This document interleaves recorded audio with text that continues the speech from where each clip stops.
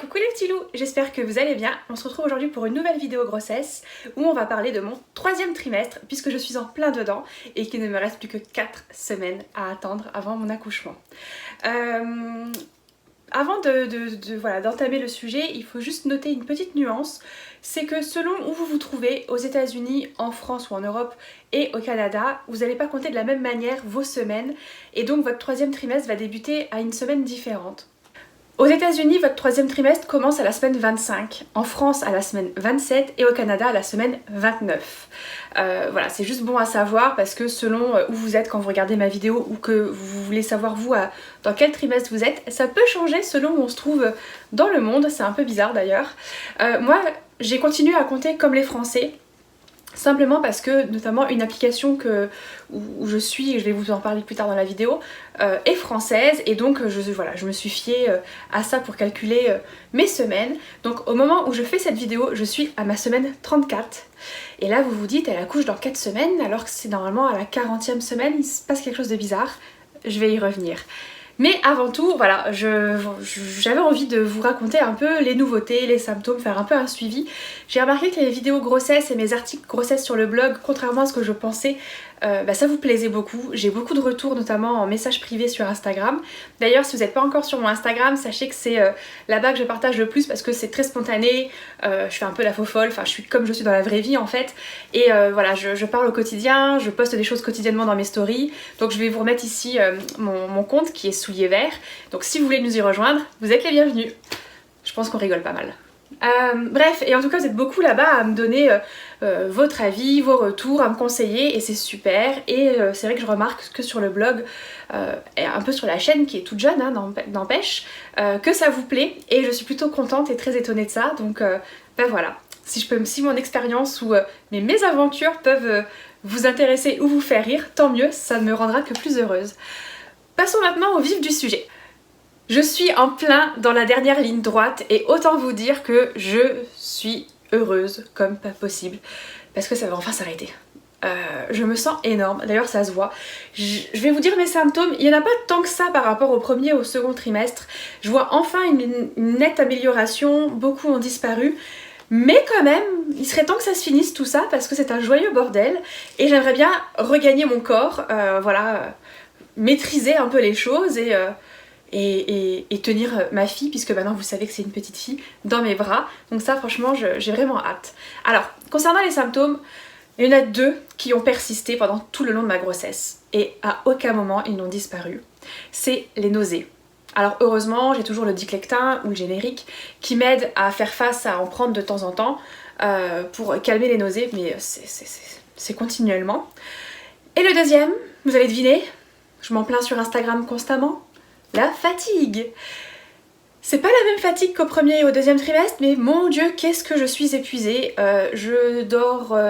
Alors autant je fais des grosses insomnies et je vis en total décalage, ou alors je me suis sans faire exprès calée sur les horaires de l'amoureux puisqu'il est en poste de nuit, je sais pas trop. Je dors pas avant 6, 8 ou 9h du matin. Je dors jusqu'à 14h à peu près et ma journée commence seulement vers 14-15h. Sauf que début de soirée, il me faut une sieste, sinon j'arrive pas à tenir. Et si je la fais pas, je commence à être désagréable en fait. Et c'est pas drôle. Donc bref, grosse fatigue. J'arrive à faire de moins en moins de choses et là je me dis heureusement que je travaille pas en ce moment parce que mon Dieu, je suis incompétente, c'est incroyable.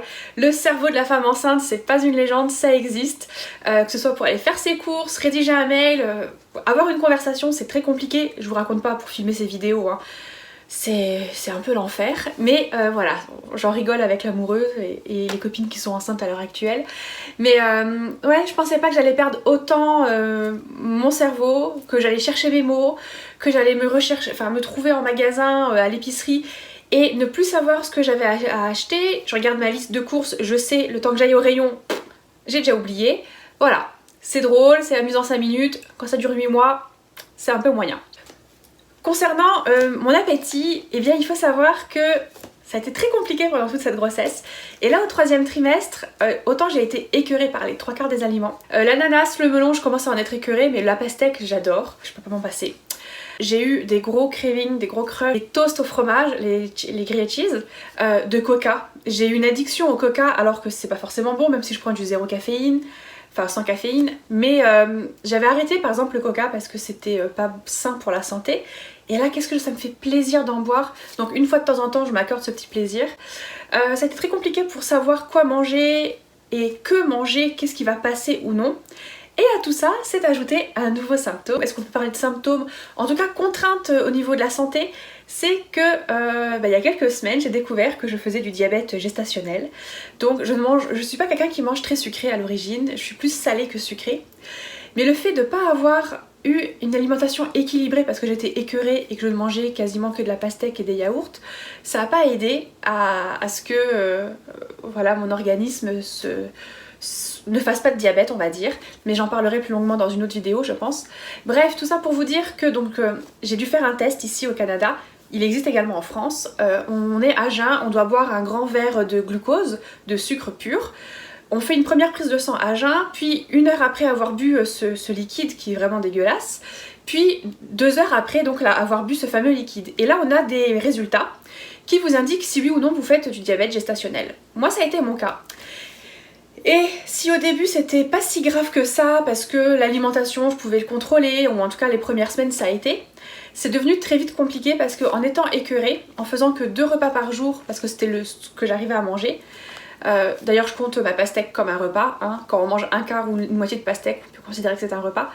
Voilà, ça a été très vite compliqué et j'ai été mise sous insuline et là ça a été une catastrophe pour moi à gérer parce que c'était un gros échec et surtout c'est que j'ai la phobie des aiguilles. Je sais pas si c'est vraiment un symptôme, on passe rapidement dessus. On en parle de la vessie qu'on doit vider toutes les 15-30 minutes. Franchement c'est une horreur. Je crois que c'est la pire, enfin c'est pas la pire chose, mais qu'est-ce que c'est pénible, je passe ma vie à aller faire pipi. Et autre chose qui est peut-être liée au diabète, enfin qui est certainement liée au diabète, c'est que je ne prenais plus de poids et j'en perdais d'ailleurs. C'est ce qui a d'ailleurs causé beaucoup de tracas à mes médecins et il a fallu réagir très vite et donc me mettre sous insuline parce qu'il fallait surtout pas que la petite soit en détresse ou en difficulté. Donc voilà. Bref, ce 3e trimestre a été vraiment plus comment dire, plus simple à gérer en termes d'émotions, de symptômes. Franchement, à part la fatigue et la nausée, j'ai pas eu grand chose. Il y a eu le diabète à gérer, mais j'ai pas ce que d'autres femmes ont. J'ai pas de brûlure d'estomac, j'ai pas d'hémorroïdes, j'ai pas de constipation, j'ai pas de diarrhée. On est dans l'instant glamour. Hein. J'ai pas mal au dos, enfin voilà, franchement ça va. Mais la fatigue vous handicape quand même pas mal. En sachant que je ne peux toujours pas prendre la voiture toute seule plus de 10 minutes de trajet, sinon je m'endors ou alors ma vision se brouille en fait et je réagis plus trop bien et je risque de faire un accident. Donc je suis totalement dépendante de l'amoureux, mais bon, à part ça, tout va bien. Sinon, j'ai continué à prendre du ventre, vous l'avez vu d'ailleurs sur mes nombreuses photos Instagram, j'ai pris énormément une poitrine, franchement c'est trop énorme. J'ai juste hâte d'accoucher et que ça diminue parce que je me sens plus que voluptueuse là. Je me sens, ça déborde de partout. C'est juste pas moi en fait. Mais bon. Ce 3e trimestre en fait a été l'occasion de ressentir énormément mini souliers verts, bouger, gigoter, danser la lambada. Notamment quand son père rentre à 4 h du matin et qu'elle entend sa voix, je peux vous assurer que c'est la fiesta dans mon bidon. Et alors autant c'est agréable, je m'attendais à des coups plus violents, plus forts, surtout quand je voyais les autres femmes enceintes. C'est très léger, franchement elle est très douce, ça fait pas mal. C'est juste déroutant de pas contrôler cet instant-là dans votre ventre. C'est un peu un petit alien, hein, un parasite qui vous habite et qui fait un peu sa vie, qui vous demande pas trop votre avis d'ailleurs sur comment réagir, à quelle heure, etc. Mais bon, c'est plutôt drôle. Et c'est assez étonnant qu'elle réagisse autant à la voix de son père. Donc voilà, bref, c'est le petit instant mignon où quand il rentre du travail, il pose les mains sur mon ventre, il lui fait un petit bisou, il lui dit bonjour, et là elle gigote, et voilà. Voilà. On va parler un peu du suivi, et là je m'en excuse, je vais regarder mes notes parce que j'ai une mémoire de poisson rouge. Donc le médecin qui me suit à l'heure actuelle et la personne qui va m'accoucher également, ce que j'apprécie fortement, j'aimais pas l'idée en fait d'avoir 36 personnes qui allaient m'ausculter, je suis quand même très pudique. Donc j'apprécie fortement que ce soit mon médecin de famille attitré donc au Québec, que j'ai eu très rapidement, n'empêche, par rapport à d'autres personnes. et qui est la personne qui va m'accoucher et qui fera le suivi après avec la petite. Ici vraiment vous avez un médecin de famille, il fait de A à Z et elle a fait une option, une spécialité gynécologie, donc voilà, elle peut tout à fait m'accoucher et faire ce suivi là, ce que j'apprécie. Bref, donc jusqu'à ma semaine 30, jusqu'au début de mon 3e trimestre on va dire, je la voyais une fois par mois. Puis de ma semaine 30 à la semaine 36, je la voyais tous les 15 jours. Et de la semaine 36 à mon accouchement, c'est toutes les semaines. Pendant ce suivi-là, en fait, ce qu'elle fait, c'était, elle me demande si ça va, on regarde mes différents symptômes, elle écoute le cœur du bébé et à chaque fois, c'est un moment hyper émouvant. J'attends en fait le rendez-vous avec le médecin pour écouter le cœur du bébé, que j'enregistre régulièrement d'ailleurs sur mon téléphone. L'amoureux est systématiquement présent et pareil, lui, ça lui permet d'avoir encore un lien en plus avec la petite parce que il la sent pas bouger, mis à part quand je lui dis de toucher mon ventre. Donc voilà, d'entendre le cœur, on se rend vraiment compte qu'elle est là et dès les premières fois où je les ai entendus, et ces battements, franchement ça me donne le sourire et les larmes aux yeux, donc voilà, sur ça je suis hyper heureuse. Donc elle fait ça, elle mesure l'utérus. Il faut savoir que à 34 semaines, il arrive un peu en dessous de mes seins. Donc vous imaginez la taille de mon utérus et qui apparemment il a encore de la place pour se grandir, en tout cas chez moi. C'est ce qui explique aussi pourquoi j'ai un ventre pas si gros que ça finalement par rapport à d'autres femmes, c'est ce que m'expliquait mon médecin. Je prenais déjà pas beaucoup de poids, c'est vrai, mais en même temps il me disait que j'avais un tronc, un buste très haut et que du coup tant que l'utérus peut grandir par en hauteur, il n'a pas besoin d'avoir un gros ventre. Il commence à vraiment s'épaissir, s'élargir le ventre lorsqu'il n'y a plus de place en fait en hauteur, donc il doit trouver une autre place et en général il grossit davantage. Donc je vais pas me plaindre, hein, j'aime bien mon ventre tel qu'il est à l'heure actuelle. Ça reste lourd, ça équivaut à un petit lionceau, une petite pastèque à l'heure actuelle, c'est pas simple, mais la taille du bébé je veux dire en tout cas, après on compte pas le liquide amniotique et tous les autres trucs, hein, mais ça reste lourd, mais à part ça, ça va. Alors autre suivi, c'est que durant ce 3e trimestre, j'ai dû faire un vaccin contre la rubéole pour protéger la petite, même si moi j'étais déjà vaccinée. Voilà, c'était pour être sûre qu'elle ne soit pas contaminée si jamais il y avait une épidémie de rubéole. Et je crois qu'il y a aussi d'autres maladies qui s'ajoutent à ce vaccin-là. Elle aura à le refaire, je crois, à 3, 4 ou 6 mois, et quelque chose comme ça, selon les nouvelles directives en fait qu'on a au Québec. Sinon, à ma semaine 32, j'ai fait mon échographie du 3e trimestre. Je suis à ma 4e échographie en tout, puisque je vous avais expliqué lors des précédentes vidéos qu'on avait eu un accident de voiture et que j'avais fait une chute également au 1er trimestre, donc j'ai eu plus d'échographies que la normale. Normalement j'aurais dû avoir que 2 ou 3 échographies, donc là j'en suis à ma 4e, peut-être même 5e d'ailleurs.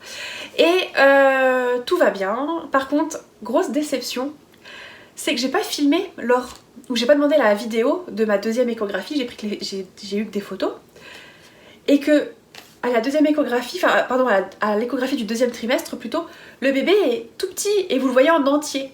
Là, l'échographie du 3e trimestre, on zoome, enfin c'est même pas on zoome, on peut même plus voir le bébé en entier, donc on voit que des parties. Donc j'ai vu ses pieds, ses oreilles, son cœur, et ça s'arrête là. Voilà, donc ça ne ressemble plus au petit bébé trop mignon que j'avais vu lors de mon 2e trimestre, qu'on voyait intégralement sur sa photo, sur la vidéo, qui avait bougé, levé les mains, etc.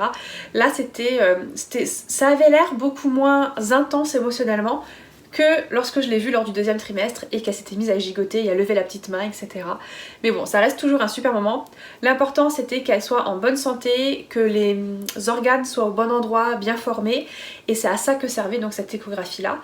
Étant donné que je fais du diabète, je vais avoir un suivi particulier, c'est-à-dire que donc je vais voir mon médecin toutes les semaines comme toutes les femmes, mais en même temps, je vais avoir 2 fois par semaine un suivi monitoring pour le bébé, vérifier qu'elle n'est pas en détresse et que tout va bien.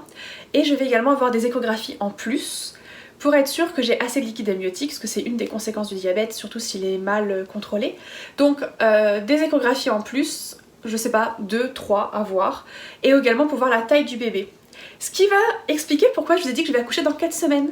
Ma date d'accouchement a été avancée de 2 semaines, 1 ou 2 semaines en tout cas.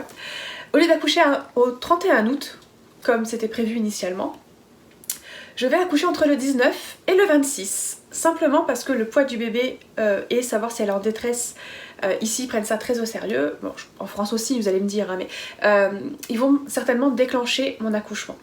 Dit comme ça me rassure pas encore. Par contre, il n'y a pas le choix. Et donc c'est soit elle arrive naturellement entre le 19 et le 26 parce qu'elle se sera assez développée, qu'elle sera assez grosse, etc. Et voilà, soit le 26, date butoir, si elle n'est pas arrivée, il va falloir qu'on la déclenche. Et on croise les doigts pour que tout se passe bien. Mais ouais, donc voilà. Donc mon diabète fait que ma date d'accouchement avance. Autant je suis hyper contente parce que je vais l'avoir plus tôt que prévu. Et ça va être sympa. Et j'ai vraiment hâte. Autant je suis pas prête, je suis terrifiée. Je pense... C'est pas que je pensais que j'avais encore le temps, mais elle arrive plus tôt que prévu. Et tout se bouscule dans ma tête. Il y a des montées de stress, d'angoisse, voilà, qui surgissent, etc. Et c'est tout quoi. Mais bon, on est content. Bon, au niveau des symptômes et du suivi, je pense avoir fait le tour. Si vous avez des questions, n'hésitez pas à les poser en commentaire ou à m'écrire en message privé. Les petites nouveautés ou qu'est-ce qui s'est passé, les gros événements, on va dire, de ce 3e trimestre, eh bien, j'ai fini la chambre du bébé. Alors, vous allez me dire, mais elle avait déjà dit ça le trimestre dernier. Oui, mais j'étais en attente de certains éléments, de certaines illustrations que j'ai commandées à des créateurs, à un mobile par exemple pour mettre au-dessus de son berceau, qui a été fait sur mesure parce que j'ai demandé à ce qu'il soit personnalisé aux couleurs et au thème de la chambre. Donc je vous en avais déjà parlé, les couleurs sont blanc, gris et menthe, vert menthe, et le thème principal c'est raton laveur ou animaux de la forêt. Et donc voilà, je voulais vraiment créer quelque chose d'harmonieux, en même temps favoriser les créateurs, soit locaux, soit français, et pas acheter forcément en grande surface. Je voulais également, je vous en ai parlé sur le blog, peut-être ici aussi, on a fait des achats hyper raisonnés, c'est-à-dire qu'on n'a pas acheté trop de superflu, on a essayé d'aller au minimum, à ce que vraiment on aurait besoin, quitte à acheter par la suite si vraiment il nous manquait des choses, mais voilà. Bref, tout ça pour vous dire que j'ai fait du shopping, j'ai fini de préparer la chambre, la valise de maternité je l'ai enfin faite, même si j'ai mis 3 jours tellement j'étais fatiguée à la faire. Autre chose qui s'est passé ce mois-ci, j'ai commencé mon projet de naissance. En fait c'est pas quelque chose de vraiment gravé dans le marbre, hein, c'est plutôt les préférences ou la manière dont j'aimerais que mon accouchement se déroule. Donc on en a beaucoup parlé avec l'amoureux, on en parle à chaque rendez-vous avec mon médecin, voilà, pour essayer de voir qu'est-ce qu'on va faire. Je suis pas figée, hein, je suis ouverte quand même à ce qui va se passer et vaut mieux, c'est ce qu'on nous conseille, parce que sinon on peut tomber de haut et avoir de mauvaises surprises. Mais dans l'idée, j'aimerais un accouchement le plus naturel possible et le plus physiologique, c'est-à-dire que mettre au monde un enfant en étant couché, c'est pas une position normale, naturelle, donc je préférais être semi-assise ou semi-allongée, je sais pas comment on dit, sur le côté, accroupie, en tout cas voilà. Ce que j'aimerais également, c'est pouvoir marcher pendant le travail, être libre de mes mouvements, avoir accès à la baignoire pour soulager les contractions, avoir le ballon, parce que dans ma maternité, dans mon hôpital, ils en ont. Que évidemment l'amoureux me suive du début à la fin, et que s'il devait y avoir une césarienne, qu'il soit là, et que si je suis sous césarienne et anesthésiée, que le pot à pot se fasse avec le papa. Ça a l'air d'être des choses évidentes, mais il faut en parler. Une des grosses peurs que j'avais, et donc ça a été une des premières choses qu'on a abordées sur le plan de naissance, c'est les violences obstétriques. Je ne veux pas d'épisiotomie, je ne veux pas de forceps, je ne veux pas de ventouse, je ne veux pas qu'on précipite l'arrivée du bébé, même si, ok, il va y avoir un déclenchement, je ne sais pas encore toutes les modalités, mais voilà, j'ai pas envie de subir mon accouchement, je préfère être actrice de cet accouchement-là, de ce moment-là, et de m'en souvenir, et voilà, et je crois avoir fait le tour de ce dont on a parlé avec donc mon médecin et l'amoureux, mais quoi qu'il en soit, voilà, on n'est pas dans les détails. Il y a des gens qui vont dire oui, je veux qu'on écoute telle musique, les lumières doivent être tamisées, je veux ça, je privilégie ça comme position, ou etc. La question de la péridurale, je suis ouverte. D'ailleurs, je pense que je finirai par la prendre, hein. Mais on va pas s'en passer, hein. Il paraît que ça va beaucoup aider. Mais ouais, clairement, ce qui me fait le plus peur, c'est le fait de sortir le bébé précipitamment, parce que je sais que beaucoup le font. Il y a certains gynécologues français qui sont au Québec d'ailleurs et qui sont réputés pour ça, et je ne veux pas de ça. Et également donc l'épisiotomie, donc je préférerais une déchirure, et si possible qu'on évite la déchirure.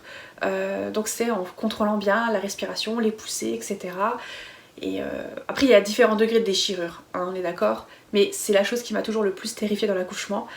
Et donc j'espère que ça se passera bien, mais je vous ferai un retour en temps et en heure à ce moment-là. Voilà pour les grosses étapes de ce 3e trimestre. Il y a eu également un peu de shopping de grossesse. Alors en fait c'est pas des vêtements de grossesse que j'ai achetés, mis à part 2 soutiens-gorge d'allaitement qui me serviront par la suite si j'allaite. Je suis un peu contre cette idée de dépenser de l'argent dans des vêtements qui vont m'aller 6 mois et après l'accouchement ben, je saurais pas trop quoi en faire, surtout qu'on ne sait pas encore si on voudra un 2e enfant par la suite.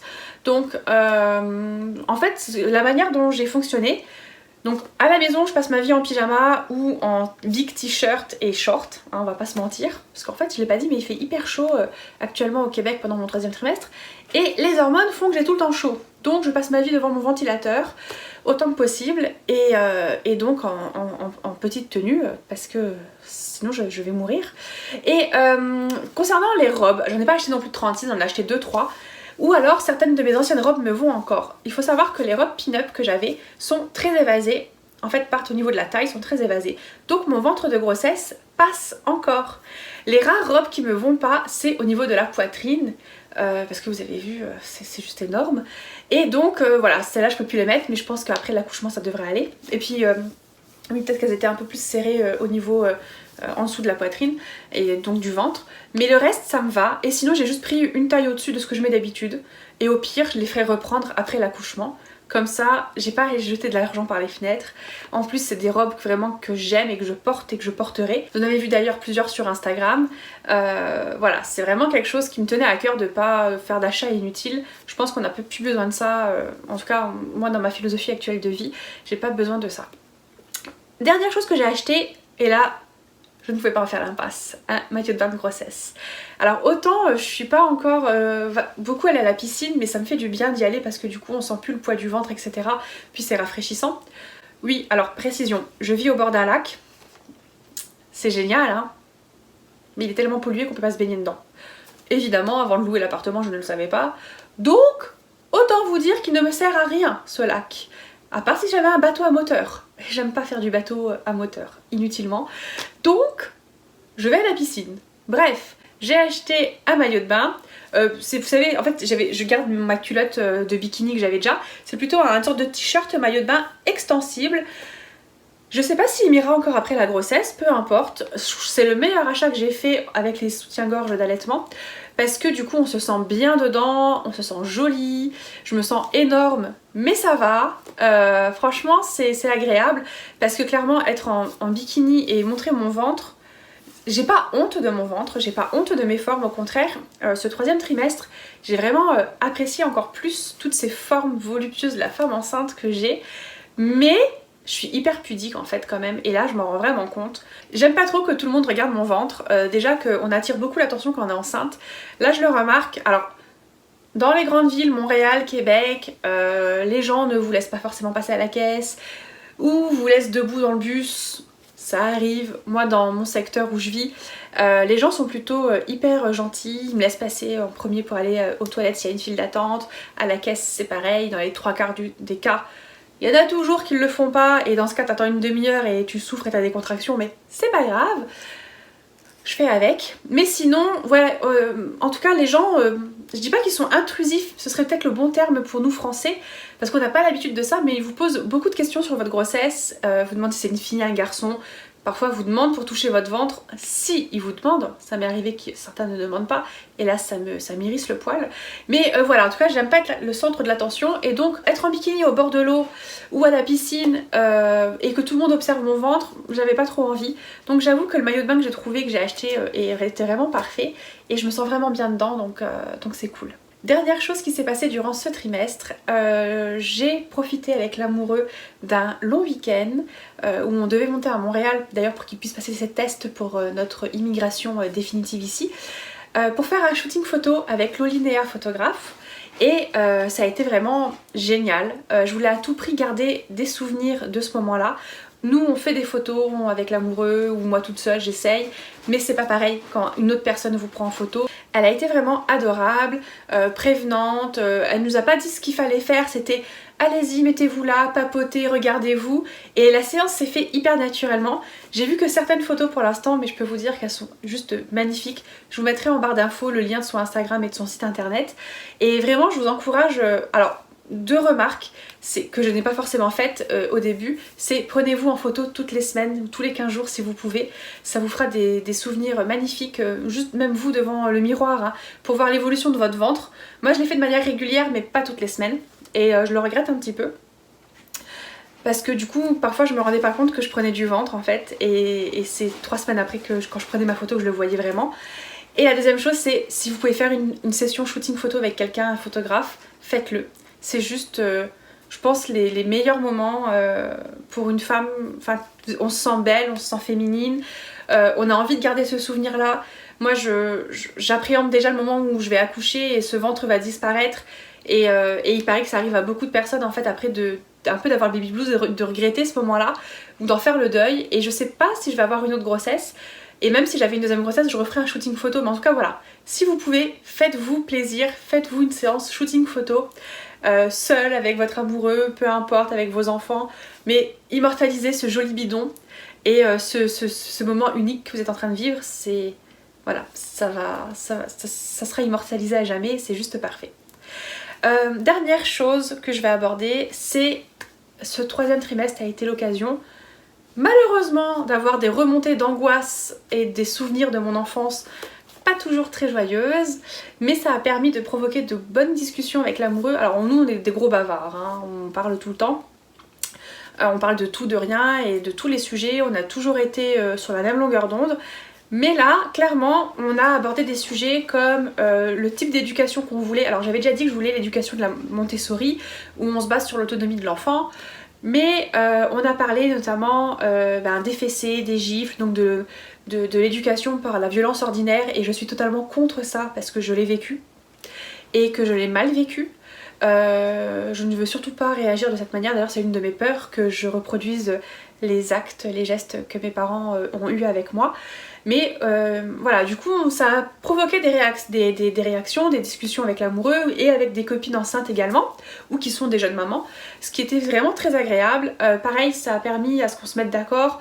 Alors je dis pas que tout est tracé dans notre tête, on se laisse ouvert à l'improvisation, on sait pas encore comment ça va se passer, mais en tout cas voilà, on aimerait privilégier l'autonomie, l'indépendance du bébé, en tout cas dans l'éducation, lui faire apprendre les choses à son rythme à elle et pas à notre rythme à nous, adapter notre vie à elle et pas l'inverse.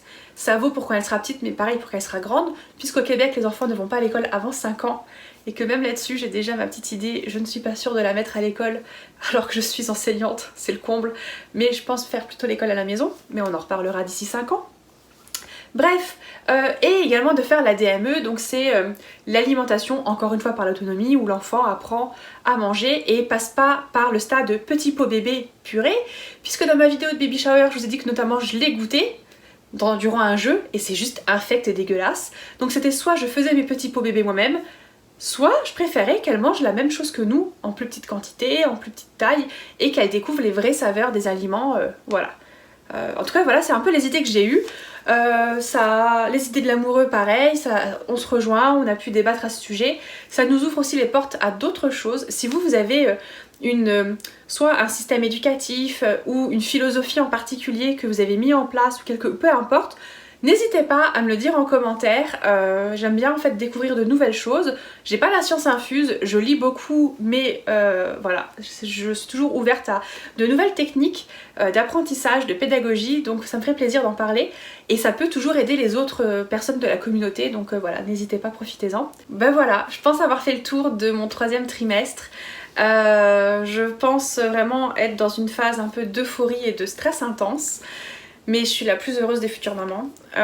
J'ai hâte de partager ça avec mon chéri et de vous en montrer un petit peu, même si on a fait le choix de pas du tout exposer notre enfant aux réseaux sociaux et à la vie internet. Enfin à notre vie en tout cas sur internet. Mais voilà, je vous en reparlerai. Et en attendant, j'espère que cette vidéo vous aura plu, que vous aurez bien rigolé en voyant toutes les bêtises que je peux dire. Et si jamais c'est le cas, que ça vous a plu, n'hésitez pas à laisser un petit commentaire et à mettre un petit pouce pour dire que vous avez aimé la vidéo. Ça fait toujours plaisir et justement ça m'encourage à en faire d'autres. Et puis voilà, que vous dire d'autre à part prenez soin de vous et puis à très bientôt pour une prochaine vidéo. Bye bye.